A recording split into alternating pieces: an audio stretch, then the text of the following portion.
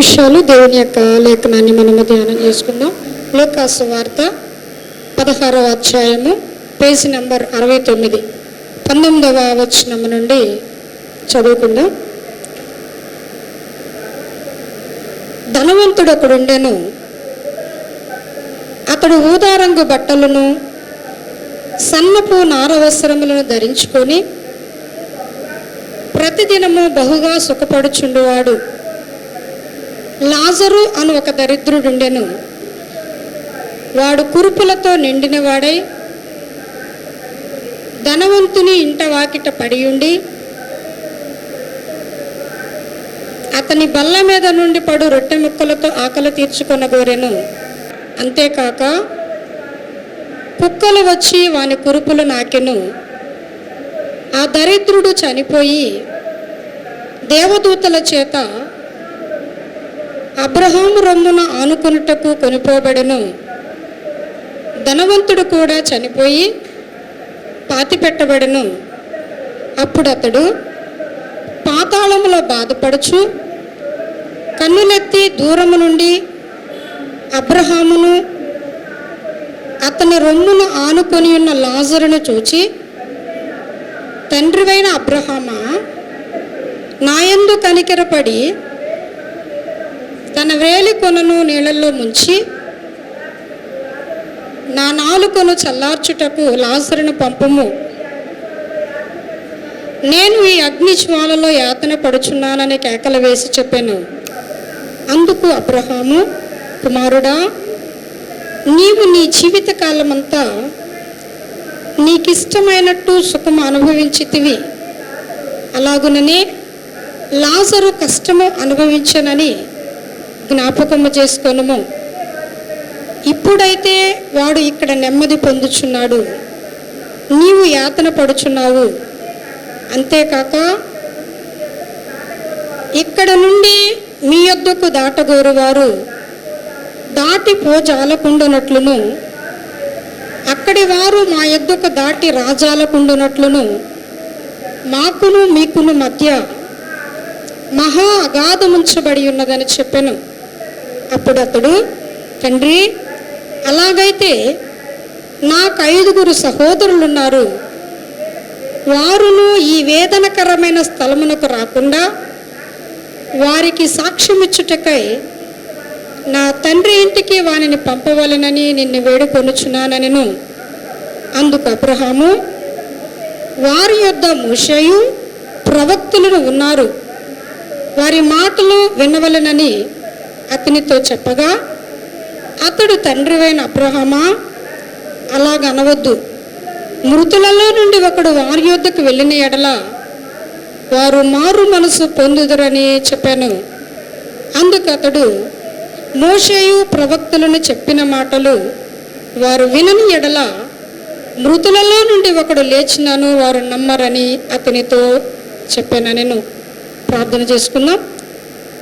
స్తోత్రములు ప్రభువా, పరిశుద్ధుడా, మహాగణుడా, మహోన్నతుడా, సర్వాధికారి, నీ పరిశుద్ధ పాదముల కొందనాలు, స్తుతి స్తోత్రములు. ఆకాశమును నీ సింహాసనముగాను భూమిని నీ పాదపీఠముగాను కలిగి నరుని అంతరంగంలో జీవాత్మను ఊది నరులను జీవింపచేయుచున్న మా కన్న తండ్రి, నీకు వందనాలు, స్తోత్రములు ప్రభువా. అయ్యా నాయన, ఈ మధ్యాహ్న కాల సమయమందు నీ పాద సన్నిధిలో సంఘముగా కూడి నిన్ను ఆరాధించి నిన్ను సేవించి నిన్ను కనపరచటానికి ప్రభువా నీవు చూపిన కృప అంతటిని బట్టి నిన్ను స్తుతిస్తున్నాను ప్రభువా. స్తోత్రములు. ఇప్పటి వరకు సమస్త క్రమములో మీరు మాకు తోడుగా ఉన్నారు. నీ లేఖనమును మేము ధ్యానిస్తూ ఉండగా నా తండ్రి, అల్పురాలను ప్రభా, మంటి వంటి దానైనటువంటి నన్ను నీ సిలువ చాటును మరుగుపరచండి ప్రభువా. స్తోత్రములు. నీ వాక్కును మీరు వెల్లడపరచమని నీ సన్నిధిలో వేడుకుంటున్నాను ప్రభువా. అయ్యా స్తోత్రములు తండ్రి. ఎందరు బిడ్డలైతే నీ సన్నిధానంలోనికి వచ్చి ఉన్నారు, ప్రతి ఒక్కరిని కూడా ఆత్మపూర్ణులుగా మీరు మార్చమని వేడుకొనుచున్నాను తండ్రి. అయ్యా నీకే వందనాలు. ఆసక్తి కలిగిన ఈ వాక్కును మేము విని ప్రభువా అలాగున నడుచుకోగలిగినటువంటి ఆత్మ జ్ఞానమును ప్రతి ఒక్కరికి కూడా అనుగ్రహింపచేయమని వేడుకొనుచున్నాను తండ్రి. మా జీవితాలలో ప్రభువా మా పక్షముగా నీకున్నటువంటి నీ కార్యములను ప్రభ మేము నెరవేర్చుట కొరకు మా అంతరంగములను నీ సన్నిధిలో స్థిరపరిచి బలపరిచి నాయన మీరు మమ్మల్ని నడిపించి నీ ఆత్మ ద్వారా సమస్తమును కూడా మీరు జరిగించి మహిమ పొందమని మీరు మాత్రమే బయలుపడిన తండ్రి నీ వాక్కును ప్రభ నీ జనులమైనటువంటి మా యుద్ధకు మీరు పంపి మమ్మల్ని బలపరిచి మహిమ పొందమని యేసుక్రీస్తు పరిశుద్ధమైన శ్రేష్టమైన నామములు మిక్కిలి వినయముతో అడిగి వేడుకొని ప్రార్థించి పొంది ఉన్నాము తండ్రి, ఆమేన్.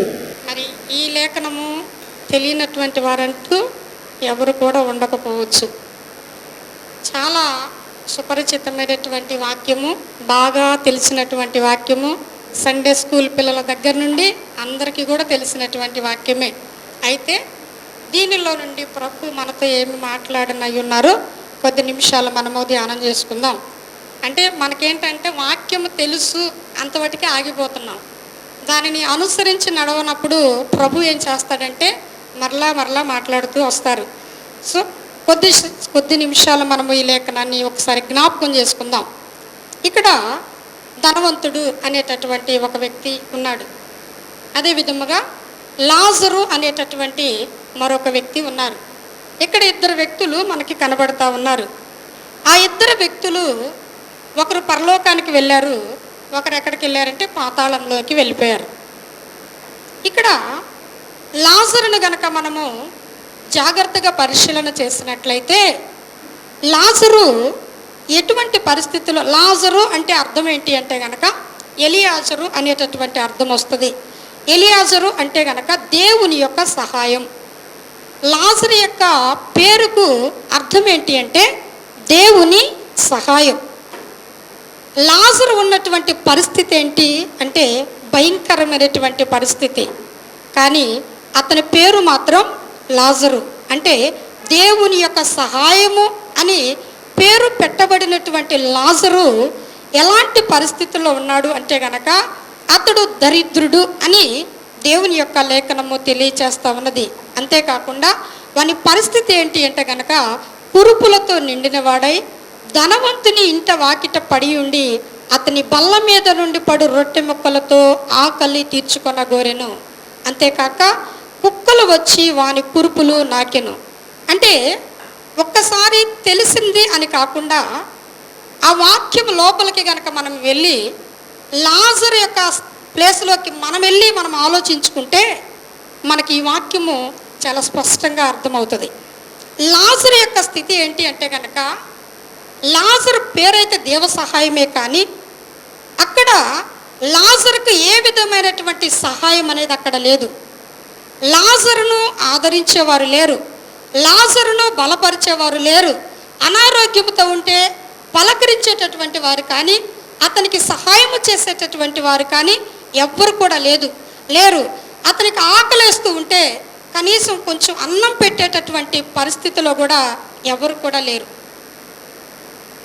ఎంత భయంకరమైనటువంటి స్థితిలో ఈ లాజరు ఉన్నాడో చూడండి. ఆకలేస్తుంది కానీ అన్నం పెట్టేవాళ్ళు లేరు. ఆరోగ్యం బాగలేదు, అతనిని పరామర్శించి అతనిని ఆదరించి అతనిని నెమ్మది కలుగు చేసేటటువంటి పరిస్థితులు కానీ అక్కడ ఉన్నటువంటి ఏ ఒక్కరి యొక్క సహాయము కానీ లాజరుకు లేదు. నిజముగా అతని యొక్క పరిస్థితిని గనక మనము జాగ్రత్తగా పరిశీలన చేస్తే అదే స్థితిలో మనం ఉంటే, లాజరు ఉన్నటువంటి స్థితిలో గనక మనముంటే నిజముగా మనము దేవునిని వెంబడించగలమా? ఒక్కసారి మన మట్టికి మనము గనక జాగ్రత్తగా ఆలోచన చేస్తే లాజరు యొక్క స్థితి ఏంటి అంటే కనుక ఆదరించేవారు లేరు, ఆహారం పెట్టేవారు లేరు, బలపరిచేటటువంటి వారు లేరు, నేనున్నానని ధైర్యపరిచేటటువంటి వారు లేరు, తినడానికి తిండి లేదు, కట్టుకోవడానికి వస్త్రం లేదు, ఉండడానికి గుడారం లేదు. అటువంటి పరిస్థితుల్లో ఎవరిని నమ్ముకొని ఉన్నాడు అంటే గనక జీవము కలిగినటువంటి దేవుని నమ్ముకొని దేవుని వైపే చూస్తున్నాడు. దేవుని వైపే చూస్తున్నాడు, కానీ ఈ లోకంలో అతనికి సహాయం అనేది కలగలేదు. అయినను లాజరు ఏ మాత్రము తన విశ్వాసాన్ని విడిచిపెట్టాల. లాజరులో ఉన్నటువంటి గొప్పతనము చూడండి. అలాంటి ప్రతికూలమైనటువంటి పరిస్థితులు తన జీవితంలో సంభవించినప్పటికీ తన యొక్క విశ్వాసాన్ని కానీ తన యొక్క భక్తిని కానీ విడిచిపెట్టలేదు. అంతేకాకుండా దేవునిని ఏనాడు దూషించలేదు, దేవుని మీద సణుగుకోలేదు, దేవుని మీద నిష్ఠూరపడలేదు. దేవునికి విరోధమైనటువంటి ఆలోచన కూడా లాజరుకు రాలా. దేవునికి విరోధమైనటువంటి మాట కూడా లాజరు నోట రాలేదు. నిజముగా దేవుని సన్నిధిలోనికి వచ్చినటువంటి మనము లాజరును చూచి మనము కొన్ని విషయాలు నేర్చుకోవాలి. మనము కొంచెం కష్టం కలగగానే, ఒక బాధ మనకి కలిగినప్పుడు, ఒక శ్రమ మనకి కలిగినప్పుడు, ఒక వేదన మనకి కలిగినప్పుడు ఖచ్చితంగా మనం ఏమంటామంటే, అసలు దేవుడు చూస్తున్నాడా నన్ను? అసలు దేవుడు ఉన్నాడా? నన్ను ఈ శ్రమలో నన్ను వదిలిపెట్టేశాడు, అసలు నా ప్రార్థన వింటున్నాడా? అసలు నేను భక్తి ఉందా నాకు? నేను భక్తి మార్గంలో నేను ఉన్నానా లేదా అని అవసరమైతే మనలను మనము నిందించుకుంటాం. దేవునిని కూడా మనం ఏం చేస్తామంటే ఒక్కొక్కసారి తృణీకరించేటటువంటి పరిస్థితులకు వస్తాం. ఇశ్రాయేలీలు కూడా దేవుని అద్భుతమైనటువంటి కార్యాలను చూశారు. ఎన్నో కార్యాలు వారి మధ్యలో దేవుడు జరిగిస్తే వారికి ఆకలేసినప్పుడు, సమృద్ధి అయినటువంటి ఆహారం వారికి దొరకనప్పుడు, వారికి దాహం వేసినప్పుడు, వారికి దాహము లేనప్పుడు దేవుని మీద సణుగుకున్నారు. యోబు భార్య ఎంత విశ్వాసి, యోబు నడిచినటువంటి మార్గము యోబు భార్యకు తెలియదా? యోబు ఎంత భక్తి కలిగిన వాడో, యోబు ఎంత యథార్థవంతుడో, యోబు ఎంత నీతిమంతుడో యోబు భార్యకు తెలియదా? తెలుసు. కానీ అంతకాలము సుఖాన్ని అనుభవించింది, అంతకాలము సంతోషంగా బ్రతికింది. ఎంత సంతోషంగా బ్రతికిందంటే ఏ మాత్రము కూడా తక్కువ లేదు. ఆ ఊజు దేశంలోనే అత్యధికమైనటువంటి ఐశ్వర్యముతో ఎంతో సంతోషించింది. కానీ ఒక్క సమయంలో కొంచెం కష్టము కలగగానే ఆమె ఏం చేసిందంటే కనుక దేవునిని దూషించి నువ్వు మరణము కమ్ము అని అంటుంది. వీరందరూ ఎవరు? భక్తి కలిగినటువంటి వారే. వారికి కలిగినటువంటి కష్టము లాజరుతో పోల్చుకుంటే అసలు అది కష్టమేనా? లాజరుని కనుక మనం చూస్తే అది అసలు శ్రమేనా? కాదు. అయినప్పటికీ చిన్న శ్రమలో కూడా దేవునిని వారు విడిచిపెట్టారు, దేవుని మీద సణుగుకున్నారు, దేవుని మీద బాధ పెట్టుకున్నారు.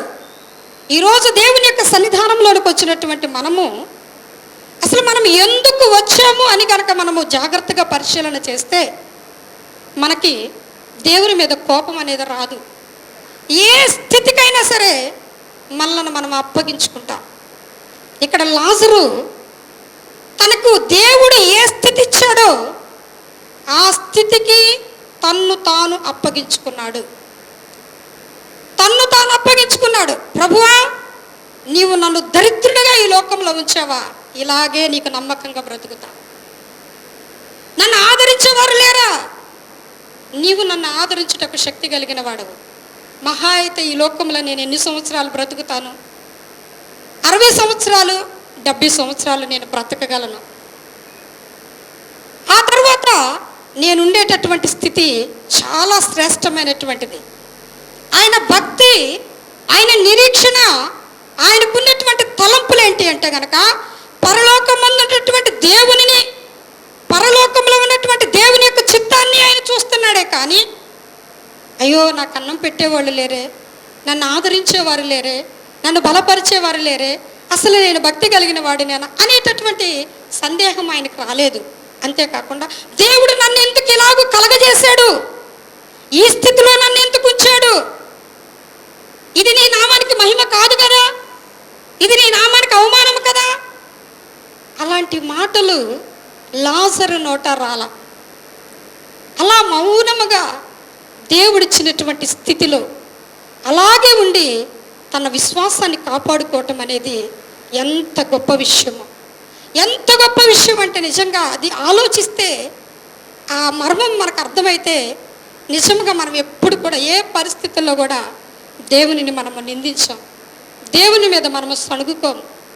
దేవుని యొక్క ప్రేమ ఈ లోకంలో నువ్వు ఎలా ఉన్నావు అనేది ప్రాముఖ్యమైనటువంటిది కాదు, కానీ శాశ్వతమైనటువంటి నిత్య జీవాన్ని నీవు అనుభవించటమే దేవుని యొక్క ప్రణాళిక, దేవుని యొక్క చిత్తం.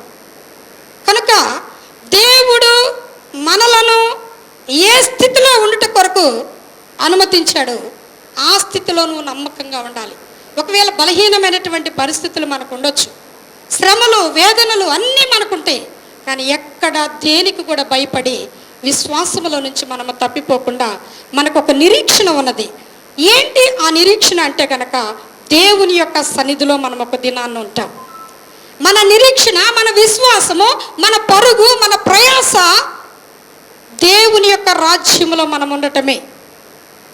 ఈ లోకంలో ఏ స్థితి మనకుండినానో ప్రభు యొక్క సన్నిధిలో, ప్రభువా నాకు ఈ స్థితి ఇచ్చినందుకు నీకు స్తోత్రం, ఈ శ్రమలలో నువ్వు నన్ను నడిపిస్తున్నందుకు నీకు స్తోత్రం, ఈ బాధలలో నువ్వు నన్ను నడిపిస్తున్నందుకు నీకు స్తోత్రం, దీనిలో నాకేదో నువ్వు నేర్పుతున్నావు, నీ సన్నిధిలో నేను ఉండడానికి ఇవన్నీ కూడా నాకు ఒక ఆయుధాల్లాగా ఉంటాయని నువ్వు దేవునిని కనుక స్తుతించి ఆయన ఎదుట నమ్మకంగా ఉండి నీ విశ్వాసాన్ని నువ్వు కాపాడుకునే ఎడల దేవుని యొక్క రాజ్యంలో మనం ఉంటాం. అయితే ఇక్కడ ఒక ధనవంతుడు కనబడతా ఉన్నాడు. ఈ ధనవంతుడు పాతాళంలోకి వెళ్ళిపోయాడు. ఎక్కడికి వెళ్ళాడు అంటే పాతాళానికి వెళ్ళాడు. ధనవంతుడు పాతాళానికి వెళ్ళటానికి కలిగినటువంటి కారణాలేంటి? ధనవంతుడు ఎందుకు పాతాళానికి వెళ్ళాడు, ఎందుకు వెళ్ళాడు అని కనుక మనము లేఖనాన్ని జాగ్రత్తగా పరిశీలన చేస్తే మాకు తెలుసు అనే కోణంలో కాకుండా ప్రభు ఏం మాట్లాడుతున్నాడని మీరు శ్రద్ధగా వింటే వాక్యం మనకి చక్కగా అర్థమవుతుంది. ధనవంతుడు పాతాళానికి వెళ్ళడానికి కలిగినటువంటి కారణాలను కనుక మనము పరిశీలన చేస్తే ఫస్ట్ ఇక్కడ పైన వచనం కనుక చూస్తే 18వ వచనంలో చదువు.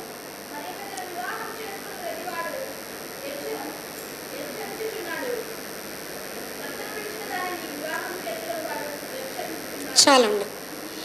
ఇక్కడ దేవుడు ఈ పైన ఈ సందర్భం వేరు, ఈ మాటను చెప్పి అప్పుడు ధనవంతుడిని గురించి మాట్లాడుతూ ఉన్నాడు దేవుడు. అంటే బహుశా ధనవంతుడి యొక్క కుటుంబ జీవితం అనేది సరిగా లేదు. కుటుంబ జీవితంలో ధనవంతుడు అక్కడ సరైనటువంటి స్థితి లేనట్టుగా కనబడతా ఉన్నది. ఎప్పుడు కూడా కుటుంబ జీవితము పరిశుద్ధమైనటువంటిది. ఒక పురుషునికి ఒక భార్య మాత్రమే ఉండాలి, అంతేకాని పరాయి పురుషులతో సహవాసమే కానీ పరాయి స్త్రీలతో సహవాసమే కానీ అంత మాత్రమే కూడా ఉండకూడదు. ఇలా కొన్ని విషయాలను మనకి చాలాసార్లు విన్న వాక్యమే కనుక ముందుకు వెళ్ళిపోదాం. అంటే ధనవంతుడు, దేవుడు ఎందుకు ధనవంతుడిని పాతాళంలోనికి తీసుకొని వెళ్ళాడు అంటే ఒక కారణం ఏంటంటే కనుక కుటుంబ వ్యవస్థ సరిగా లేదు. మనము పరిశుద్ధులుగా ఉండటానికి దేవుడు మనల్ని పిలిచాడు కాబట్టి మన కుటుంబాలు ఎల్లప్పుడూ కూడా పరిశుద్ధమైనటువంటి కుటుంబాలుగా దేవుని యొక్క సన్నిధిలో మనం నిలవబడాలి. తనకున్నటువంటి ధనాన్ని బట్టే కానీ తనకున్నటువంటి పేరు ప్రఖ్యాతులను బట్టే కానీ ఇక్కడ ఈ ధనవంతుడు కుటుంబ వ్యవస్థ అనేది సరిగా లేనటువంటి పరిస్థితి మనకి కనబడతా ఉన్నది. తర్వాత రెండవది, ధనవంతుడు ఎందుకు పాతాళానికి వెళ్ళాడు అంటే గనక తనకు కలిగినటువంటి అక్కడ పర్టికులర్గా ప్రభు మెన్షన్ చేస్తున్నాడు ధనవంతుడు. అయితే ధనవంతులందరూ పాతాళానికి వెళ్తారా అంటే కాదు, అందరూ పాతాళానికి వెళ్ళరు, కానీ పర్టికులర్గా ఈ ధనవంతుడు పాతాళానికి వెళ్ళాడు. అసలు దేవుడు ధనాన్ని ఎందుకు ఇస్తున్నాడు మనకి? ఎందుకు మనకు ధనాన్ని ఇస్తున్నాడు? ఈ లోకంలో మనం ఏమడుగుతాము దేవుడిని? అందరూ కూడా నన్ను ఆశీర్వదించు, నన్ను ఆశీర్వదించు, నాకు అది ఇవ్వు, నాకు ఇది ఇవ్వు అని అడుగుతాం దేవుణ్ణి. మనము దేవుని వాక్యాన్ని కనుక జాగ్రత్తగా పరిశీలన చేస్తే ప్రభువే చెప్తాడు కదా, ధనవంతులు పరలోక రాజ్యానికి వెళ్ళరు. అవును కదా? ఈ వాక్యాలన్నీ మనకి రెఫరెన్స్లు చాలాసార్లు విన్న మాటలే కనుక రెఫరెన్స్లు ఏం చూపించట్లేదు. ధనవంతుడు పరలోక రాజ్యానికి వెళ్ళడు. ఈ లోకంలో మీరు ధనాన్ని కూర్చుకోవద్దు. ఈ లోకంలో ధనమంతా కూడా చిమ్మెట పడుతుంది, పాడైపోతుంది. ఎక్కడ ధనాన్ని కూర్చుకోవాలంట? పరలోకంలో మనం ధనాన్ని కూర్చోవాలి. సత్క్రియ దరిద్రులు అనేటటువంటి ధనాన్ని మనము కూర్చుకోవాలి. ఒకవేళ దేవుడు మనలను ధనవంతులుగా చేస్తే మనం ఏం చేయాలా? ఒక ధనవంతుడుగా ఒక దరిద్రుడుగా ఈ లోకంలోనికి రావటం అనేది దేవుని యొక్క ఉద్దేశం. అది ఎవరిని తక్కువ చేసుకోవడానికి లేదు. ధనవంతుడికి ఇచ్చింది దేవుడే, దరిద్రుడిని ఆ స్థితిలో నిలబెట్టింది కూడా దేవుడే. అంటే ఎవరు కూడా గొప్పోళ్ళు లేరు ఇక్కడ. అయితే ఇద్దరిని దేవుని యొక్క మహిమ కొరకే నిలబెట్టాడు. ధనవంతుడిని నిలబెట్టినా దరిద్రుడిని నిలబెట్టినా దేవుని మహిమ కొరకే ఈ లోకంలో వారిని ఉంచాడు. అయితే ధనవంతుడి నుండి దేవుడు ఏం కోరుకుంటున్నాడంటే, నీకు ఇచ్చినటువంటి ధనాన్ని దేని కొరకు వినియోగించాలి అంటే ప్రభు కొరకు మనం వినియోగించాలి. ప్రభు ఏం చెప్పాడు అంటే గనక, మీ ధనములో ఇతరులకు మీరు పాలివ్వండి. ఇప్పుడు ధనవంతులు ఏం చేయాలా? మనకు ఉన్నప్పటికీ మనకు కానట్లుగా బ్రతకాలా? మనకు ఉన్నది అని చెప్పేసి మనం అనుభవించడానికి లేదు. నీకు ఎంత బట్టికి అవసరమో అంత బట్టికే నీవు, అంతకు మించి నాకుంది కదా అని చెప్పేసి మనం ఎక్కువగా అంటే లోకస్తుల్లాగా ఉండడానికి వీలు లేదు. నీకు ధనం ఉంది కదా అని చెప్పేసి లోకంలో ఎందరైతే ఈ లోకములు వారికి కలిగినటువంటి ఐశ్వర్యాన్ని బట్టి, ఈ లోకములు వారికి కలిగినటువంటి అంతస్తులను బట్టి వారు ఏం చేస్తూ ఉంటారంటే అతిశయించి ఈ లోకంలో సంతోషంగా బ్రతకటానికి వారు ఇష్టపడతారు. కానీ దేవుని పిల్లలైనటువంటి వారు వారికి కలిగినటువంటి ధనాన్ని నీవు తిని, నీవు తృప్తి పొంది, నీ కుటుంబం తృప్తి పొందిన తర్వాత నీవు దానిలో అనేకులకు పాలు, అంటే 100 రూపాయలు ఇస్తే 5 రూపాయలు సహాయం చేయటం కాదు, పాలు అంట. అది చాలా కష్టమైనటువంటి మాట కదా. పాలు ఇవ్వటం అంటే ఏంటి? ఇప్పుడు మన పిల్లలకి మనం ఏం చేస్తాం? వాళ్ళకి ఒక 2 పిల్లలు ఉన్నారనుకోండి, ఒక 10,000 ఉన్నాయి అనుకోండి, చొరవకు 5,000 ఇస్తారు. ఇప్పుడు ఇచ్చినటువంటి ధనవంతుడికి ధనాన్ని ఇస్తే మన సహోదరులు పేదవారికి ఏం చేయాలంటే, మనము పేదవారికి పాలు ఇవ్వాలంట. పాలు అంటే కొంచెం ఏదో పండుగ వస్తే ఒక చీర కొంటామో, లేకపోతే ఇబ్బందులు ఉంటే ఒక 1000 రూపాయలు ఇవ్వటమో, ఇది కాదు ప్రభు చెప్పేది. పాలు ఇది చాలా కష్టం. కానీ ప్రభు ఇక్కడ చెప్తున్నాడు స్పష్టంగా, నీవు ఎందుకు ధనవంతుడు అయ్యావో తెలుసా? ప్రభు యొక్క సన్నిధిలో నీవు తిని నీ కుటుంబం తృప్తి పొందిన తర్వాత నీవు అనేకులకు పాలిచ్చే విధంగా నీవు నీ ధనంలో ఉండాలా. ధనవంతుడు ఇక్కడ ఏం చేశాడంటే కనుక, పాలు కాదు కదా, కనీసం తన ఇంటి దగ్గర ఉన్నటువంటి లాజర్కి ఒక ముద్ద అన్నం కూడా పెట్టలేకపోయాడు. అక్కడ పర్టికులర్గా ప్రభు అతడు ధనవంతుడు.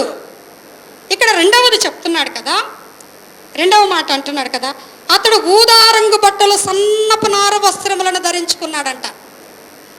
రెండవది ప్రభు పర్టికులర్గా మెన్షన్ చేస్తున్నాడు అక్కడ. అతడు తన వస్త్రాలను గురించి మాట్లాడుతూ ఉన్నాడు. దేవుడు నీకు ఉన్నదని చెప్పేసి, మనకు ఉన్నదని చెప్పేసి మన వస్త్రధారణ విషయంలో మనకు నచ్చినట్లుగా మనం ఉంటానికి కూడా లేదు. అక్కడ పర్టికులర్గా దేవుడు చెప్తున్నాడు, అతడు ఊదారంగు వస్త్రాలు వేసుకున్నాడంట. అంటే దేవుని పిల్లల యొక్క వస్త్రధారణను దేవుడు ఎంత పర్టికులర్గా చూస్తున్నాడో చూడండి. మన వస్త్రధారణ చూస్తే వీరు దేవుని పిల్లలు అన్నట్టుగా ఉండాలి. లోకస్తులాగా మనం ఉండకూడదు. ఇది వాక్య సత్యం, వాక్యం చెప్తుంది. లోకస్తులాగా మనం ఉండకూడదు. మనం ఒక ప్రత్యేకింపబడినటువంటి వారము. మనకంటూ ఈ లోకంలో ఒక ప్రత్యేకత ఉంది. మనం ఎవరము అంటే కనుక పరిశుద్ధులుగా ఉండడానికి మనము పిలువబడ్డాం. ఈ లోకం మనది కాదు, ఈ లోక సంతోషాలు మనవి కావు, ఈ లోకంలో మనకి ఏమీ లేదు. ఒక రకంగా చెప్పాలంటే మనం ఎట్లా వచ్చామో అట్లా వెళ్ళిపోవాల్సిన వాళ్ళమే. అయితే పర్టికులర్గా ఇక్కడ ధనవంతుడిని గురించి మాట్లాడుతూ తన వస్త్రధారణ, అతని వస్త్రధారణ గురించి దేవుడు మాట్లాడతా. ఉన్నాయి కాబట్టి ధరించాడు, తప్పేముంది? ఉన్నాయి కాబట్టి ధరించాడు, అది తప్పని ఎవరు అనరు. కానీ వాక్యం అయితే నీవు తగు మాత్రంగానే నీవు ఉండాలే తప్ప ఒక్క వస్త్రముల విషయంలోనే తగు మాత్రం అని పర్టికులర్గా తిమోతికి రాసినటువంటి పత్రికలో మనకి స్పష్టంగా వ్రాయబడి ఉంది. చూడండి, తిమోతికి రాసినటువంటి మొదటి పత్రిక 2వ అధ్యాయము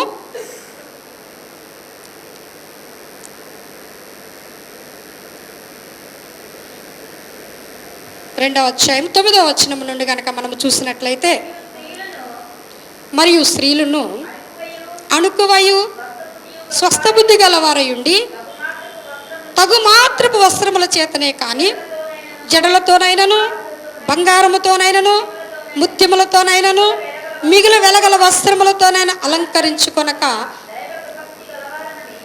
చెప్పండి.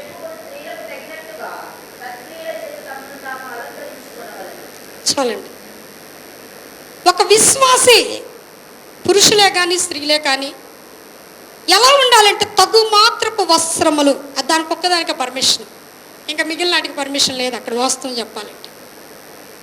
ఇక ఎవరి సమర్పణ వారిది, ఎవరిని ఉద్దేశించి కాదు, కానీ పర్టికులర్గా తగు మాత్రపు వస్త్రములు అని ప్రభు అక్కడ మెన్షన్ చేశాడు.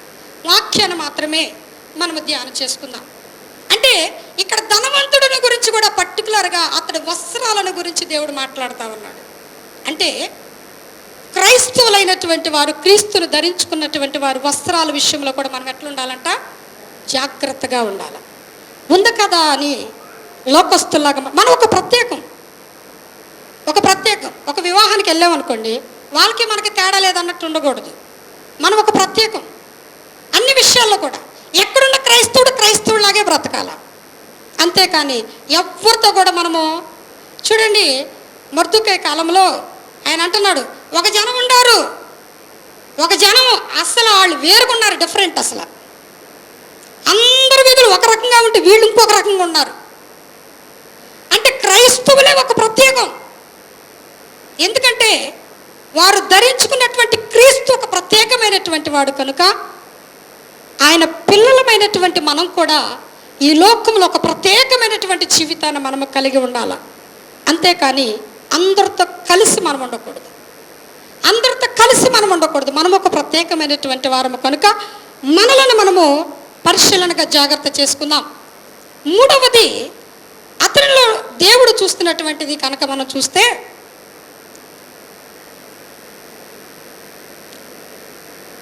మూడవది బహుగా సుఖపడుతున్నాడంట. ధనవంతుడు పాతాళానికి వెళ్ళటానికి కలిగినటువంటి కారణాలు చూడండి. ఒకటి, కుటుంబ వ్యవస్థ సరిగా లేదు. రెండవది, తనకు కలిగినటువంటి ధనాన్ని సరైనటువంటి మార్గంలో అతడు వినియోగించాల. మూడవది, అతని యొక్క వస్త్రములు గురించి దేవుడు అక్కడ మాట్లాడుతూ ఉన్నాడు.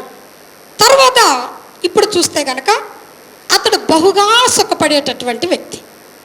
అంటే ఈ ధనవంతుని యొక్క జీవితంలో సుఖపడటమే తప్ప కష్టపడటం అలవాటు లేదు. జాగ్రత్తగా దేవుని యొక్క లేఖనాన్ని మనం పరిశీలన చేస్తే, ఈ ధనవంతుడు తనకు కలిగినటువంటి స్థితిని బట్టి ప్రతిరోజు సుఖాన్ని అనుభవిస్తున్నాడు. అంటే ఒక పూట కూడా నాకు తెలిసి ఉపవాసం కూడా ఉండడు. ఆయనకి తింటమే లక్ష్యంగా పెట్టుకున్నట్టున్నాడు. దేవుని పిల్లలైనటువంటి వారు ఎట్లుండాలి అంటే గనక ప్రతి దినము ఉపవాసములతోనూ జాగరణలతోనూ మనలను మనం నలగొట్టుకోవాలి. మన శరీరాన్ని ఎప్పుడు సుఖానికి అలవాటు చేయకూడదండి. మనం ఏమనుకుంటామంటే, చేసి పెట్టేవాళ్ళు ఉన్నప్పుడు చక్కగా అందరు నాకు చేసి పెడితే బాగుండు, అందరు నాకు సహాయం చేస్తే బాగుండు అని అందరి చేత చేయించుకుంటాం. అది పిల్లల చేత కానీ పిల్లల తల్లిదండ్రులు ఎవరైనా కానీ చేయించుకున్నప్పుడు ఏమైందంటే మన శరీరం సుఖానికి అలవాటు పడి ఆ తర్వాత పనిచేయదు. ఎప్పుడు కూడా మన శరీరాన్ని ఏం చేసుకుంటే నలగొట్టుకోవాలి. ఎట్లా నలగొట్టుకోవాలి? ప్రార్థనలో నలగొట్టుకోవాలి.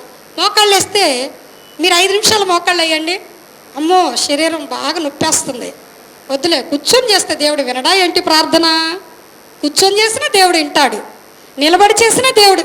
అంటే మనకు మనమే ఏం చేసుకుంటామంటే సర్దుకొని మనకు అనుకున్నది మనం చేసుకుంటాం.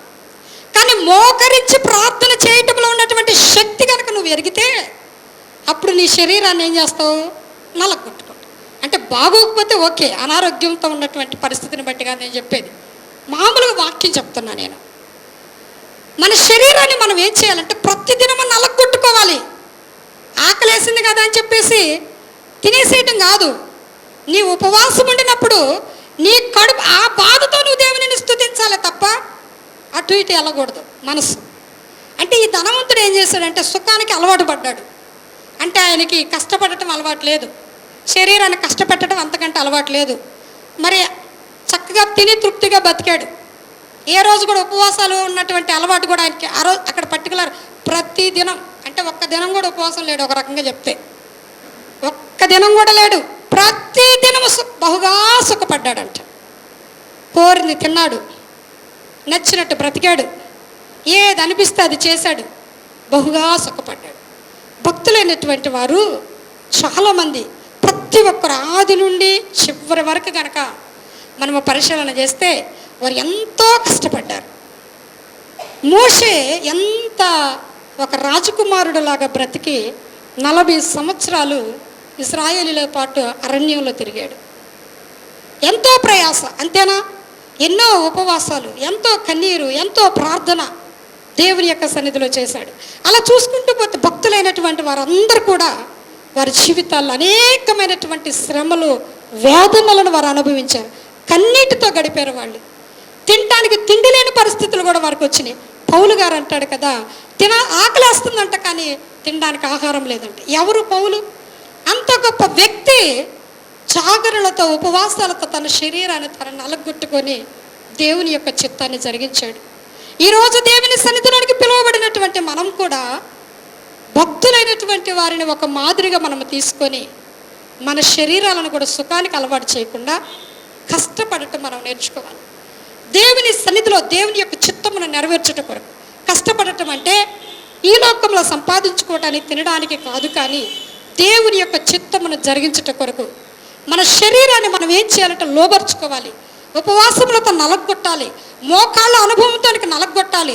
దేవుని యొక్క సన్నిధిలో మనము దేవుని ఎదుట యోగ్యమైనటువంటి వారిగా, సిగ్గుపడనక్కర్లేనటువంటి వారిగా మనము కనబరుచుకునేటటువంటి వారిగా మనం ఉండాలి.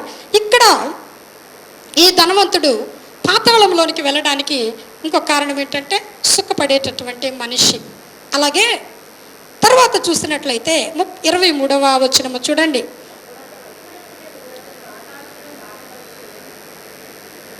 చదువు. అప్పుడు అతడు పాతాళములో బాధపడుచు కన్నులెత్తి దూరము నుండి అబ్రహామును అతని రొమ్మును ఆనుకొని ఉన్న లాజరును చూచి, తండ్రివైన అబ్రహామా, నా యందు కనికరపడి తన వ్రేలి కొనను నీళ్లలో ముంచి నా నాలుకను చల్లార్చుటకు లాజరును పంపము. ఇక్కడ చాలండి, చదువుకున్నాం కనుక ఇక్కడ పాతాళంలో బాధపడుచు కన్నులెత్తి ఎక్కడి నుండి చూస్తున్నాడంట? దూరం నుండి చూస్తున్నాడంట.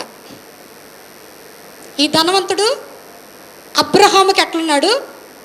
దూరంగా ఉన్నాడు. ఎందుకు ఉండాల్సిన పరిస్థితి వచ్చిందంటే, ఈ లోకంలో తాను బ్రతికినప్పుడు దేవుని యొక్క ఆజ్ఞలు అంటే ఏంటో తెలియవంటే తెలుసు. అందుకే కదా అక్కడికి వెళ్ళి తండ్రివైన అబ్రహామా అంటున్నాడు. అబ్రహాం తెలుసు. అబ్రహాం తెలిసినప్పుడు ఆజ్ఞలు తెలియకుండా ఉంటాయా? దేవుని చిత్తం తెలియకుండా ఉంటుందా? ఆ కాలంలో చిన్న పిల్లలప్పుడే వారు ఏం చేసేవారంటే దేవుని యొక్క ఆజ్ఞలను నేర్పేవారు. దేవుని యొక్క ఆజ్ఞలను తెలుసు, దేవుని చిత్తము తెలిసి కూడా అతడు చేయలేకపోయాడు కనుక ఇప్పుడు దూరం అయిపోయాడు. ప్రభు మనతో చెప్తున్న మాట ఏంటంటే, ఈ లోకంలో నీకు సమయం ఇచ్చినప్పుడు, ఈ లోకంలో దేవుడు నీకు సమీపముగా ఉన్నప్పుడు మనము గనక దేవునిని నిర్లక్ష్య పెట్టినట్లయితే రేపు దేవునికి మనము దూరంగా ఉండాల్సి వస్తుంది. ఈ ధనవంతుడు ఏం చేశాడంటే కనుక, ఈ లోకంలో తనకు సమయం ఇచ్చినప్పుడు, తనకు అవకాశం ఇచ్చినప్పుడు, తన జీవితాన్ని బాగు చేసుకోవడానికి, దేవుని యొక్క సన్నిధిలో నడవడానికి, దేవుని చిత్తానికి లోబర్చుకోవడానికి తనకి ఎన్నో అవకాశాలు ఇచ్చినప్పటికీ ధనవంతుడు దానిని సద్వినియోగపరచుకోలేకపోయాడు. అయితే దేవుడు మనకు చెప్తున్నటువంటిది ఏంటంటే కనుక, ఈరోజు మనం ఎలా ఉన్నా, ఏం చేసినా, దేవుని సన్నిధికి వచ్చినా, దేవుని సన్నిధికి రాలేకపోయినా, ఎలా ఉన్నా దేవుడు మనల్ని అంగీకరిస్తాడు. ఎందుకంటే మళ్ళీ నెక్స్ట్ డే మనం బాగానే ఉంటాం కాబట్టి.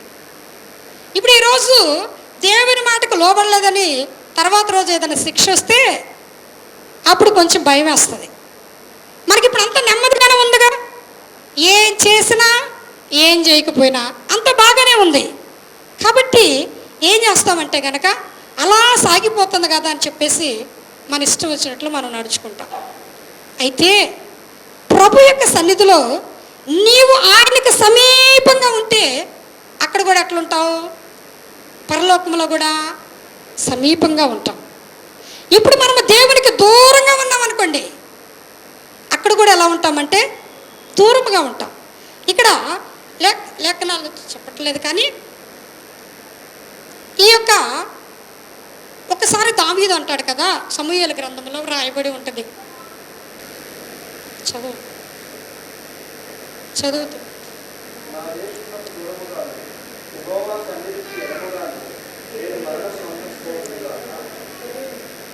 20వ వచనం. నా దేశమునకు దూరముగాను యెహోవా సన్నిధికి ఎడమగాను నేను మరణము నొందకపోవుదును గాక.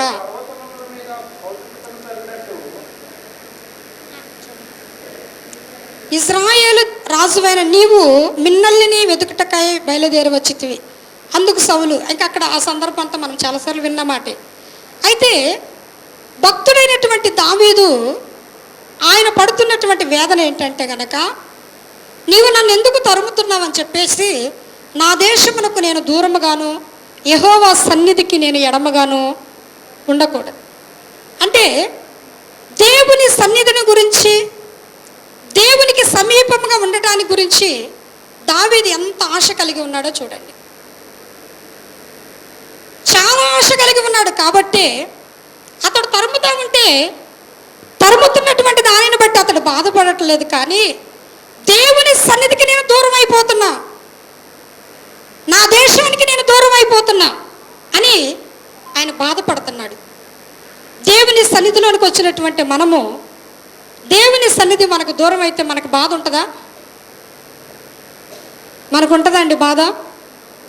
దేవుడు మనతో మాట్లాడకపోతే మనకు బాధ ఉంటుందా? మాట్లాడతాడులే, ఏముంది అనేటటువంటి ఒక మనస్సును మనం కలిగి ఉంటాం. మన ఆశ కొద్దీ దేవుడు మన పక్షంగా కూడా చేస్తాడు. మనకి ఆసక్తి లేదనుకోండి, దేవుడు మన పక్షంగా కూడా ఏం చేయడు. నీవు ఆశపడితే ఆయన సన్నిధిలో నేను ఉండాలి, ఆయనకి నేను దూరం కాకూడదు, ఆయనకి నేను సమీపంగా ఉండాలి అని నీవు అనుకుంటే ఖచ్చితంగా ఉండగలుగుతావు. ఆయన అంటున్నాడు కదా, నేను మీకు సమీపంగా ఉన్నట్టు మరి ఎవ్వరు కూడా మీకు సమీపంగా లేరు. ఆయన మనకు సమీపంగా ఉన్నాడు, మనం ఆయనకు దూరం అయిపోకూడదు. ఆయన సమీపంగా ఉన్నప్పుడు మనం కూడా ఆయనకు మరి సమీపంగా రావాలి. అప్పుడు ఆయన సన్నిధిలో మనం నిలబడగలుగుతాం. ఆయన సన్నిధిలో మనం నిలబడగలుగుతాం. ఇక్కడ ఈ ధనవంతుడు దేవుని సన్నిధికి దూరంగా ఉన్నాడు.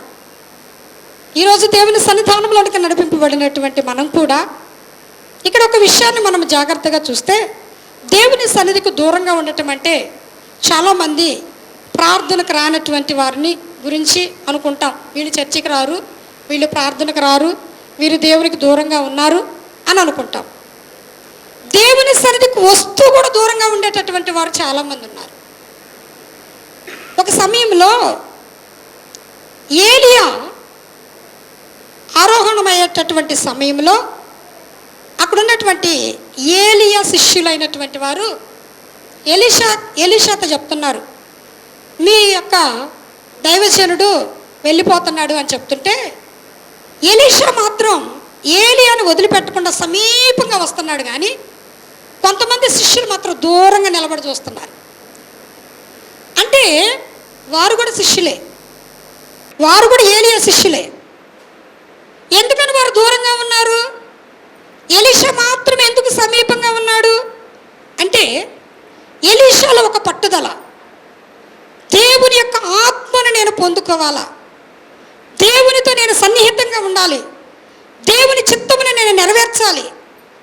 ఏలియా ఒక వంతు చేస్తే నేను అంతకు మించి చేయాలనేటటువంటి ఒక తపన, ఒక ఆలోచన ఎలీషాకు ఉంది. కానీ అక్కడ ఉన్నటువంటి మిగిలిన సేవకులకు లేదు. ఈరోజు దేవుని సన్నిధిలోనికి వచ్చే మనకు కూడా ఏదో వస్తున్నాం, పాటలు పాడుతున్నాం, వాక్యం ధ్యానం చేస్తున్నాం, చెప్తున్నారు, ఏదో మనకు కొంత అర్థమైనంత బట్టి తీసుకొని కొంచెం ప్రార్థన చేసుకుంటున్నాం, వెళ్ళిపోతున్నాం. మళ్ళీ మరుసటి రోజు కూడా మామూలే. 40 దినాలు ఇలాగే గడుపుతున్నాం. కానీ ఈ 40 రోజులు ప్రభు యొద్ద నుండి మనం ఏం సంపాదించుకుంటున్నాం? నేను దేవునికి సమీపంగా ఉన్నానా, లేకపోతే దేవునికి నేను దూరంగా ఉన్నానా? అసలు ఈ పరిశీలన మనకుందా? అసలు దేవుని యొక్క ఆత్మ నాలో ఉందా? దేవుని యొక్క ఆత్మ చేత నేను నడిపింపబడుతున్నానా? దేవుడు కోరుకున్నటువంటి పరిశుద్ధత, దేవుడు కోరుకున్నటువంటి యథార్థత, దేవుడు కోరుకున్నటువంటి నీతి, మన నీతి, మన యథార్థం, మన పరిశుద్ధత కాదు. ఎవరి మట్టికి వారమే. మనం ఏంటంటే మన దృష్టికి మనము పరిశుద్ధులమే, మన దృష్టికి మనము కరెక్టే, మన దృష్టికి మనం బాగానే ఉన్నాం. కానీ దేవుని కోణంలోనికి మనం వెళ్ళి దేవుడు కోరుకున్నటువంటి స్థితి మనకుంటే ప్రభువుకి మరి సమీపంగా మనము మార్చబడతాం. సమీపంగా వెళ్తేనే మనకి ఈ లక్షణాలన్నీ వస్తాయి. సమీపంగా లేకపోతే ఆయన ఏంటి మనకు తెలియదు కదా, ఆయన ఎలాంటి వాడో మనకు అర్థం కాదు కదా. మనం దూరంగా ఉంటున్నాం దేవుని సన్నిధికి. నీవు దేవుని సన్నిధిలోకి వచ్చినంత మాత్రాన పరలోక రాజ్యానికి నువ్వు వెళ్ళలేవు. కానీ వచ్చినటువంటి మనము దేవునికి మరి సమీపంగా మార్చబడాలి. అంటే ఇక మనము అనేటటువంటిది పని చేయకూడదు. దేవుడే మనలో పనిచేసేటట్లుగా మనలను మనము దేవునికి అప్పగించుకోవాలి. ఎప్పుడు వెళ్ళగలుగుతాం అలా అంటే ప్రభువుకి సమీపంగా ఉండాలి. ప్రతి నిమిషం నిజముగా అపవాది ఎంత కుయుక్తిగా మనల్ని పడద్రోయటానికి పక్కనే ఉంటాడంటే మనకు తెలియకుండానే ఘోరమైనటువంటి అపరాధాల్లో పడిపోతాం. చాలా కుయుక్తిగా. ఎందుకంటే ఎలాగోలాగా మనల్ని పడద్రోయాలి, అది వాడి లక్ష్యం. మనం ఏంటంటే మనుషులను చూస్తూ ఉంటాం, వాళ్ళ వల్ల వీళ్ళ వల్ల నాకు ఇట్లా జరిగింది, వాళ్ళు నాకు అలా చేశారు, వీళ్ళు ఇలా నాకు చేశారు అని వాళ్ళని వీళ్ళని మన సహోదరులు మనము చూసి బాధపడతా ఉంటాము. కానీ అసలు వాస్తవానికి విలన్ ఎవరంటే అపవాది. మన మధ్య భేదాలను పెట్టి, మన మధ్య కక్షలను కలగజేసి, మనకు విరోధాలను కలగజేసి దేవునికి మనల్ని దూరంగా చేస్తుంటాడు. అమ్మయ్య, వాళ్ళిద్దరి మధ్య పడిందిగా, ఓకే, ఇక వాళ్ళిద్దరు ప్రార్థన దేవుడు వినడం. వాడికి కావాల్సింది ఏంటి? మనము దేవునికి దూరం అవ్వాలి. అది మనకు అర్థం కాదు. మనకు అర్థం కాకుండా మనమేంటి, వాళ్ళ వల్ల వీళ్ళ వల్ల నాకు ఇట్ట అయింది, నాకు ఇలా జరిగింది, నేను ప్రార్థన చేయను, నేను రాను, అని ఎంత అవివేకంగా మనం ఉంటామంటే, నేను కూడా ఎంత అవివేకంగా ఉంటామంటే అసలు కలగజేస్తుంది దేవుడు వారిని గుర్తించలేకపోతున్నాం. మనం మనలను దేవునికి దూరం చేయటమే అపవాది యొక్క లక్ష్యం. వాడు చక్కగా వాడి ప్రణాళికను నెరవేర్చి ఆనందిస్తూ ఉంటాడు. మనం ఇక్కడ కొట్టుకు వస్తూ ఉంటాం. పైకి బాగానే ఉంటాం, లోపల లోపల అంతరంగాల్లో మనకే విరోధాలు. ఎవరు ఆనందిస్తారు? దీనిని బట్టి దేవుడు దుఃఖపడతా ఉంటాడు. అయ్యో, నా ప్రజలు నన్ను తెలుసుకోలేకపోతున్నారు ఏంటి అని ప్రభు బాధపడి మనకు దూరం అయిపోతాడు. కాబట్టి ప్రతిదినము దేవునికి నువ్వు సమీపంగా మార్చబడాలా. సమీపంగా మార్చబడితే నిజంగా ఆయన ఏంటో మనకు అర్థమైతే మనం ఎలా ఉండాలో మనకు ప్రతి క్షణం ప్రభు మనకు నేర్పిస్తూ ఉంటాడు. ప్రతి క్షణం మనకు నేర్పిస్తూ ఉంటాడు. దేవుని సన్నిధులు వేటికి దూరంగా ఉండాలో వాటికి దూరంగా ఉండం. మనం వేటికి దూరంగా ఉండాలి? లోకానికి దూరంగా ఉండాలి, అబద్ధానికి దూరంగా ఉండాలి, జారత్వానికి దూరంగా ఉండాలి, కీడుకు దూరంగా ఉండాలి. ఇవి చెయ్యం,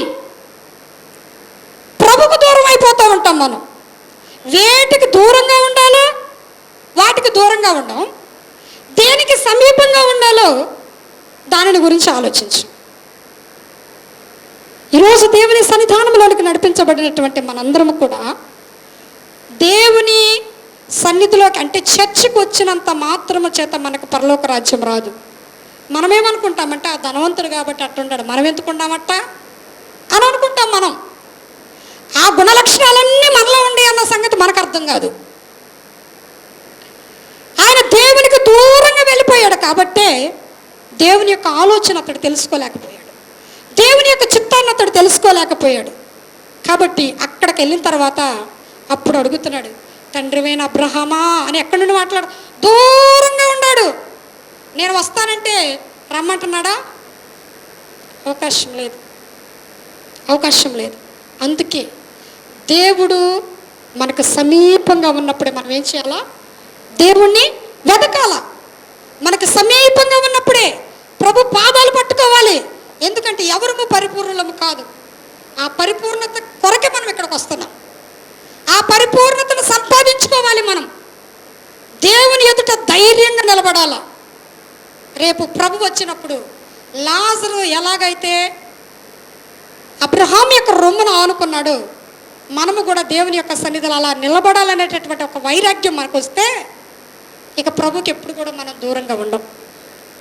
అన్ని విషయములలో మనల్ని మనం ఏం చేసుకుంటామంటే మనల్ని నల్లగొట్టుకొని ప్రభు చిత్తానికి మనం లోబర్చుకొని ప్రభుకి సమీపంగా మనం వచ్చేస్తాం. ప్రభు పిలిచిన వెంటనే చిత్తం, సమూయేలు అంటున్నాడు కదా, చిత్తం. అదే స్వరము ఏలీ వినలేకపోయాడు. దేవుడు పిలిచినటువంటి స్వరము సమూయేలు వినగలిగాడు కానీ ఏలీ వినలేకపోయాడు. అంటే దేవునికి మనం ఎంత సమీపంగా ఉంటామో అప్పుడు దేవుని యొక్క మనస్సు, దేవుని యొక్క స్వరము, దేవుని యొక్క ఉద్దేశాలు అన్నీ కూడా మనకు అర్థమవుతాయి. కనుక ఎప్పుడు కూడా దేవునికి మనము దూరంగా. అందుకే దావీదు భక్తుడైన దావీదు, నీ సన్నిధికి నన్ను దూరం చేయొద్దు, నా దేశానికి నన్ను పరలోక పట్టణమైనటువంటి మన దేశం ఏంటంటే పరలోక పట్టణం, దానికి మనం దూరం కాకూడదు అంటే గనక ఇక్కడ మనము దేవునికి సమీపంగా మనం మార్చబడాలి. ఇంకొకటి లూకాసు వార్త 16వ అధ్యాయంలో, అప్పుడు అతడు, తండ్రి అలాగైతే నాకు 5 సహోదరులు ఉన్నారు, వారును ఈ వేదనకరమైన స్థలమునకు రాకుండా వారికి సాక్ష్యం ఇచ్చుటకై నా తండ్రి ఇంటికి వారిని పంపవలెనని నిన్ను వేడుకొనుచున్నాను అనెను. ఇప్పుడు ఈయనకి మారు మనసు వచ్చింది. ఎక్కడొచ్చింది మారు మనసు అంటే పాతాళంలోకి వెళ్ళిన తర్వాత ఏం గుర్తొచ్చింది ఆయనకి? దేవుని చిత్తము చేయాలనేటటువంటి మనసు వచ్చింది. దేవుడు ఎందుకు ఈ లోకంలోనికి మనల్ని పంపించాడో దానిని అతనికి అవకాశం ఉండినప్పుడు, అతనికి సమయం ఉన్నప్పుడు, అతనికి అనుకూలత ఉన్నప్పుడు అతడు చేయలా. అంటే సువార్త చెప్పాలన్న సత్యం ఆయనకి తెలుసు కదా, దేవుని యొక్క సత్యం వారికి తెలియచేయాలనేటటువంటిది ధనవంతుడికి అర్థమవుతుందిగా. ఇక్కడ నేను అలాగూ వచ్చేసాను, నా సహోదరులు ఉన్నారు, వాళ్ళకి వెళ్ళి దైవజనులను పంపించి వాక్యం చెప్పని చెప్తున్నాడు. వాళ్ళు కూడా ఈ వేదనకరమైనటువంటి స్థలంలోనికి రాకుండా వారిని ఆపమని కాపాడమని వేడుకుంటున్నాడు. ఒక్కటే గుర్తుపెట్టుకోండి, ప్రసంగి గ్రంథంలో ఒక్క మాట ఉంటుంది చూడండి, 9వ అధ్యాయం 10వ వచనం చదవండి.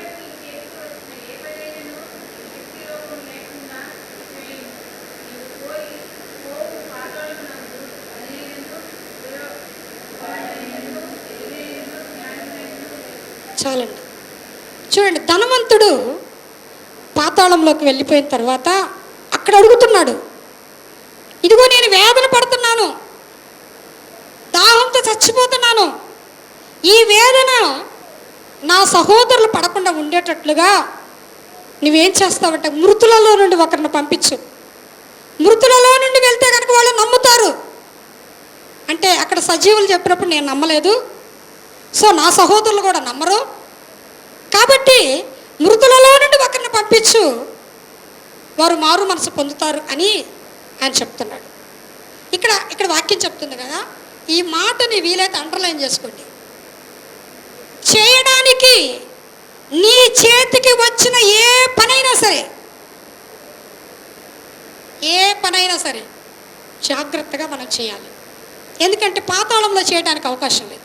అక్కడ జ్ఞానం ఉండదంట, అక్కడ ఉపాయం ఉండదంట, అక్కడ తెలివి ఉండదు.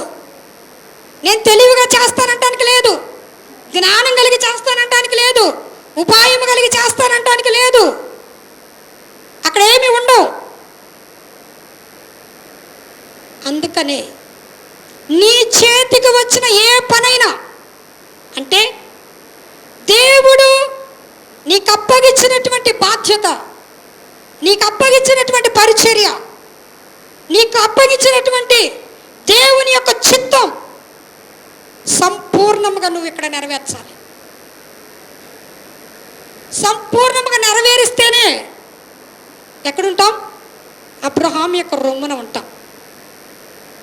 మనకి ఎన్నిసార్లు చెప్పినా జాగ్రత్తగా వినండి, మనకు అర్థం కాదు. దేవుని యొక్క ప్రణాళికలు అందరికీ తెలుసు కదా.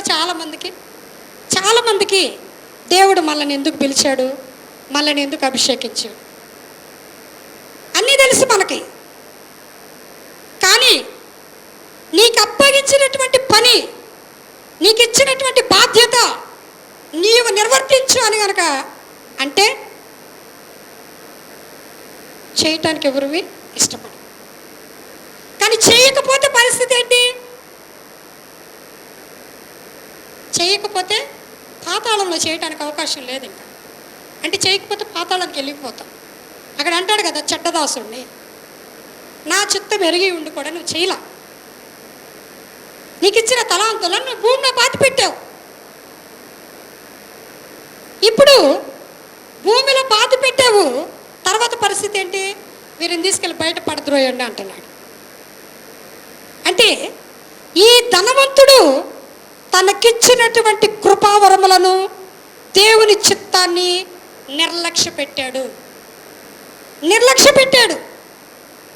ఈరోజు మనం కూడా దేవుని యొక్క చిత్తాన్ని కనుక నిర్లక్ష్య పెడితే, మనకి ఈరోజు వింటూనే వస్తున్నాం శ్రేష్టమైనటువంటి దేవుని యొక్క మాటలను ప్రతి దినము పరిశుద్ధాత్మ దేవుడు మనతో మాట్లాడుతూనే వస్తున్నారు.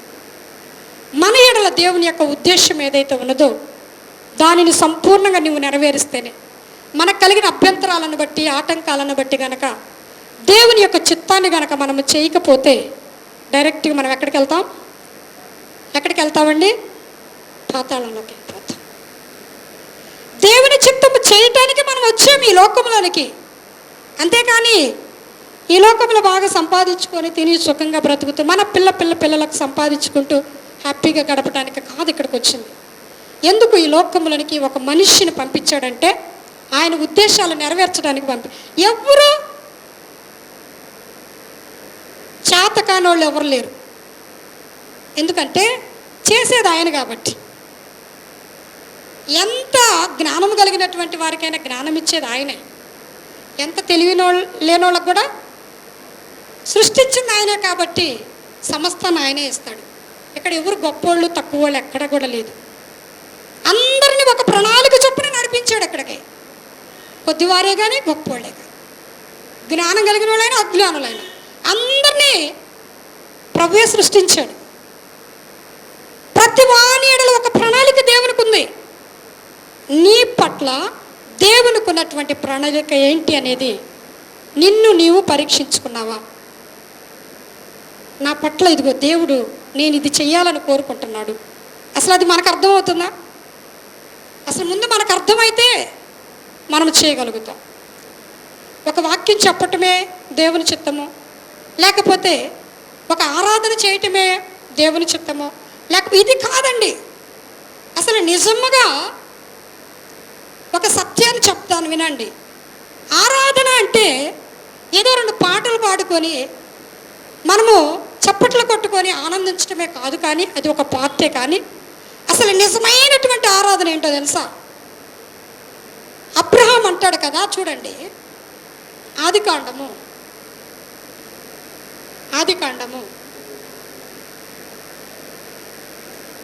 22వ అధ్యాయములో, ఆదికాండము 22వ అధ్యాయము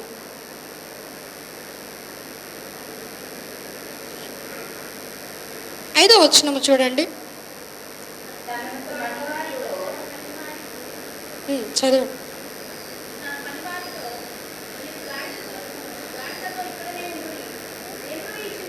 నేనును ఈ చిన్నవాడును అక్కడికి వెళ్ళి దేవునికి మ్రొక్కి మరలా నీ యొద్దకు వచ్చేద్దామని చెప్పి దహన బలికి కట్టెలు తీసుకొని తన కుమారుడు ఇస్సాకు మీద పెట్టి తన చేతితో నిప్పును కత్తిని పట్టుకొని పోయాను. చాలండి. ఇక్కడ ఇంగ్లీష్ బైబిల్లో ఉంటుంది కదా, వర్షిప్ అని ఉంటుంది. మ్రొక్కి అంటే వర్షిప్. నిజమైనటువంటి ఆరాధన ఏంటంటే ఏదో 2 పాటలు పాడేసి ఆరాధన చేసేసాను, గట్టిగా చప్పట్లు కొట్టి నేను దేవునిని మహిమపరిచాను, ఇది ఆరాధనే. కానీ అంతకంటే శ్రేష్టమైనటువంటి ఆరాధన ఏంటంటే ఇక్కడ అంటున్నాడు కదా అబ్రహాము, నేను వెళ్ళి నా దేవునికి మ్రొక్కి. అంటే నిజమైనటువంటి ఆరాధన అంటే ఏంటంటే నీకు ఇష్టమైనటువంటి దానిని దేవుని పాదాల దగ్గర పెట్టడం, నీకు ఇష్టమైనటువంటి దానిని దేవుని దగ్గర తీసుకొని వెళ్ళడం.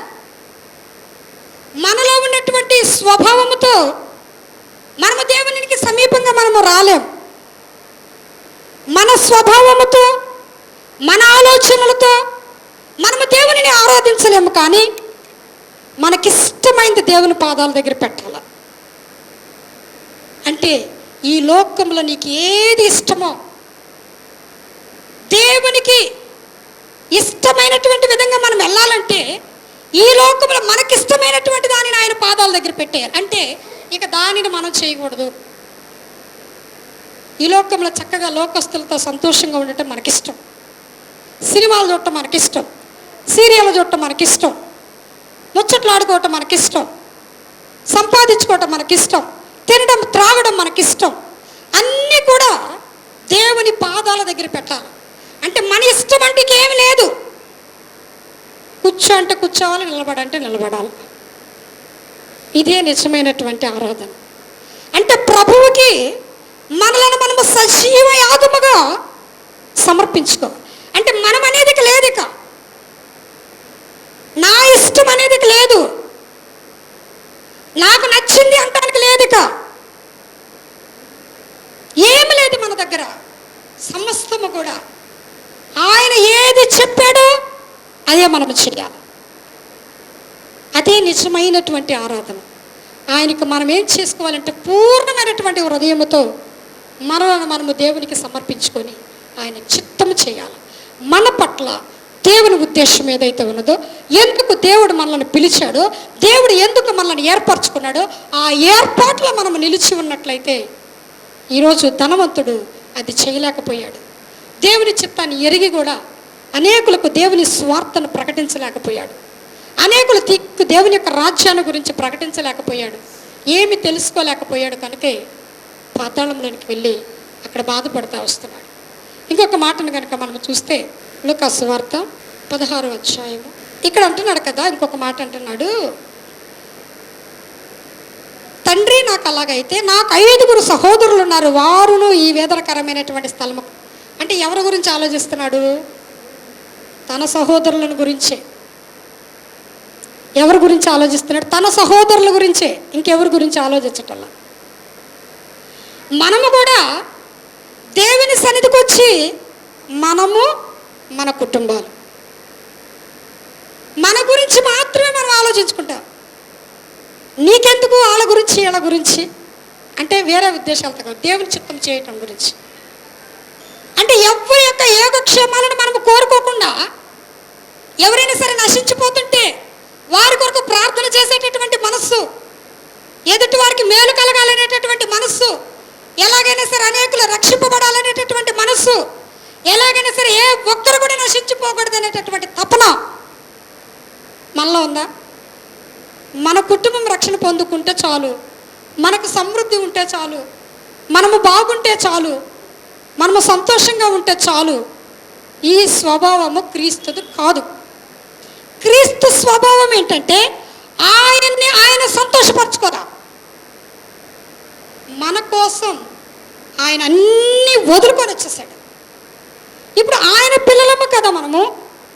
ఆయన మనస్సు అనేకులు నశించిపోతుంటే ఆయన బాధపడతా ఉంటాడు. ఈరోజు మనం మౌనంగా ఉంటున్నామంటే మనం ఎవరమే? స్వార్థపూరితమైనటువంటి మనసు మనకు ఉండకూడదు. నేను నా కుటుంబం బాగుపడితే చాలు, నేను బాగుపడితే చాలు, ఇది మనకు ఉండకూడదు. అనేకుల కొరకు కన్నీరు కార్చే అనుభవం. ఇప్పుడు నీకు సమస్య వచ్చిందనుకోండి, ఏడ్చి ప్రార్థన చేస్తాం. మనకు వస్తే. అదే పక్కన వాళ్ళకి సమస్య వస్తే, నీకు కడుపు నొప్పి వచ్చింది, తగ్గటం లేదు, ఎంతో ఏడ్చి ప్రార్థన చేస్తాం. పక్కన వాళ్ళకి కడుపు నొప్పి వస్తే, అయ్యా ఆ సహోదరి కడుపు నొప్పి వచ్చిందంట, స్వస్థపరచయ్యా అంట. అంతేనా? నిజంగా ఏడ్చి ప్రార్థన చేస్తావా? ఇప్పుడు మనం ఎవరు? మనకు స్వార్థం ఉందా లేదా? మరి నీకు ఎలా జరగాలని నువ్వు కోరుకుంటున్నావో, నీకు బాధ కలిగితే నిన్ను అందరూ ఆదరించాలి, ఆదుకోవాలి. కానీ ఎదుటోళ్ళకి బాధ కలిగితే మనకెందుకు? మనకు కష్టం కలిగితే మనం అందరూ పరామర్శించాలా? మరి ఎదుటోళ్ళకి కష్టం కలిగితే వాళ్ళందరూ నశించిపోతుంటే మనకెందుకులే అని కూర్చున్నావు అనుకో, ఇది అసలు ప్రభు మనసేనా? ఎప్పుడు కూడా నశించిపో ఆత్మల కొరకైనటువంటి భారము మన అంతరంగాలను మండించాల. ఇక్కడ ఈ ధనవంతుడు కూడా స్వార్థం. నా సహోదరులు ఎక్కడికి వచ్చినా కూడా, ఎక్కడికి పోద్దు స్వభావం, అక్కడ కూడా అనుకుంటున్నాడు అందరూ రాకూడదయ్యి అంటలు, అక్కడ నా సహోదరులు మాత్రమే. మనము స్వార్థపూరితమైనటువంటి మనసు కనుక కలిగి ఉండకూడదు. మన ప్రభువు మన కోసం సమస్తాన్ని వదిలిపెట్టాడు, తండ్రిని వదిలిపెట్టాడు, తండ్రి ప్రేమకు దూరం అయిపోయాడు. అక్కడ ఎంతో వేదన అనుభవించాడు మన కోసం. మనం కూడా మన కుటుంబాల కొరకే కాదు, నశించుకో ఆత్మల కొరకైనటువంటి భారం. ఏ ఒక్కరు కూడా దేవునిని విడిచిపెట్టకూడదు, ఏ ఒక్కరు కూడా నశించిపోకూడదు, ఏ ఒక్కరు కూడా దేవునిని తెలుసుకోకుండా ఉండకూడదు, ఏ ఒక్కరు కూడా దేవుని స్వార్థ తెలియనటువంటి వారు ఉండకూడదు. ఒక్క మాట చెప్పి ముగించేస్తాను. తిమోతికి రాసినటువంటి పత్రిక తిమోతి రాసిన మొదటి పత్రిక 2వ అధ్యాయము 1వ వచనం చదువుకుందాం. మనము సంపూర్ణ భక్తియు మాన్యతయు కలిగి నెమ్మదిగాను సుఖముగాను బ్రతుకు నిమిత్తము అన్నిటికంటే ముఖ్యముగా మనుషులందరి కొరకును, రాజుల కొరకును, అధికారులందరి కొరకును విజ్ఞాపనలను, ప్రార్థనలను, యాచనలను, కృతజ్ఞతాస్తుతులను చేయవలనని హెచ్చరించుచున్నాను. ఇది మంచిదియు మన రక్షకుడకు దేవుని దృష్టికి అనుకూలమైనదినై ఉన్నది. స్పష్టంగా దేవుడికి తెలియజేస్తున్నాడు. నిజంగా మనం చేస్తామండి అందరి కోసం, రాజుల కోసం, అధికారుల కోసం. ప్రభువా రాజులను కాపాడు, అది కాదు అంటుంది అక్కడ. విజ్ఞాపన, ప్రార్థన, విజ్ఞాపన, యాచన ఎవరు అన్నా చేస్తాం, యాచిస్తాం దేవుడి దగ్గరికి వెళ్ళి. వీటి కోసం పర్టికులర్ దేనికి యాచిస్తాం వెళ్ళి? అయ్యా నా కుటుంబంలో ఈ శ్రమ కలిగింది అయ్యా, నీవు తప్ప నాకు దిక్కు లేదు, చెయ్యి అని యాచిస్తాం వెళ్ళి. కానీ ఇక్కడ అంటున్నాడు కదా, మీరు రాజుల కొరకు, మనుషులందరి కొరకు, అధికారుల కొరకు విజ్ఞాపన, ప్రార్థన, యాచన, అందరి కొరకు యాచన చేయాలంట. అసలు అది మనం నిజంగా చేస్తున్నామా? అది చేస్తే అప్పుడు మనకేముంటుందంట? నెమ్మది, సుఖం. అసలు మనం నెమ్మదిగా లేకపోవడానికి కారణం ఏంటంట?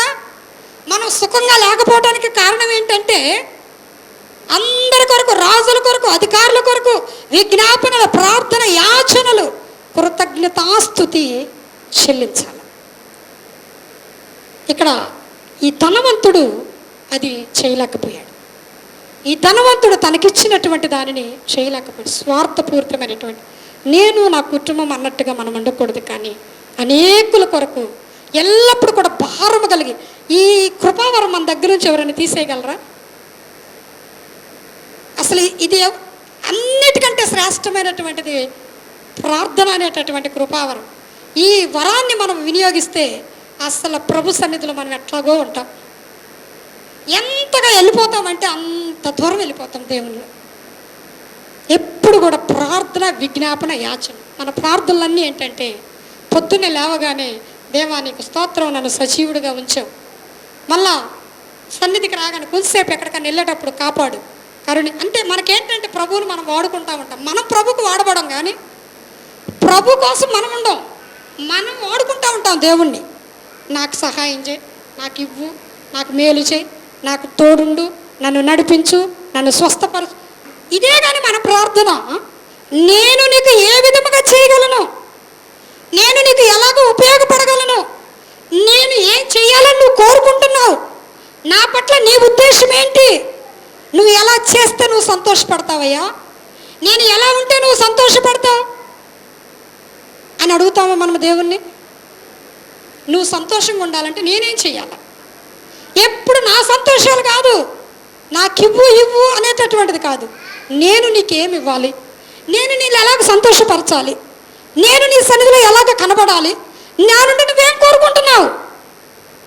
ఈ మనస్సు కనుక మనం కలిగి ఉన్నట్లయితే నిజముగా దేవుని యొక్క రాజ్యములో మనం ఉంటాం. బలానమ్మకమైనటువంటి మంచి దాసుడా దాసురాలని ప్రభు ఆయన సన్నిధిలో మనల్ని నిలబెడతాడు. ఈ ధనవంతుడు అనేకమైనటువంటి విషయాలు తప్పిపోయాడు కాబట్టే పాతాళానికి వెళ్ళిపోయాడు. కానీ లాజరు తనకున్నటువంటి స్థితిలో నమ్మకంగా ఉన్నాడు. ఏ రోజు కూడా తన స్థితిని బట్టి నిజంగా కురుపులతో ఇట్లా గీక్కుంటూ ఉంటారు. అసలు అది ఎంత రసిక కారుతుంటే కుక్కలు వచ్చి నాగుతున్నాయి అంట, కుక్కలు వచ్చి నాగుతున్నాయి. అలాంటి వ్యక్తిని ఎవరైనా లక్ష్య పెడతారా? అసలు ఎవరైనా లక్ష్య పెట్టగలరా?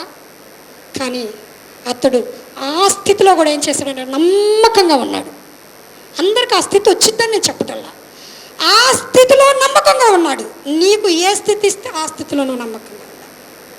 ఎక్కడ కూడా ప్రభుని మనము సణుగుకునేవారిగా, గొణుగుకునేవారిగా, ప్రభు మీద దోషారోపణ చేసేవారిగా మనం ఎప్పుడు ఉండకూడదు. ఎందుకంటే ఆయన చిత్తవృత్తి చొప్పున మనల్ని నడిపించడానికి ఈ లోకంలోనికి పంపాడు. కాబట్టి నా స్థితి ఏంటి అని మనం క్వశ్చన్ చేసే వాళ్ళం కాకుండా ప్రభు యొక్క చిత్తాన్ని మనం సంపూర్ణంగా నెరవేర్చి దేవుని యొక్క రాజ్యంలో మనం ఉండున్నట్లుగా ప్రార్థన చేసుకుందాం.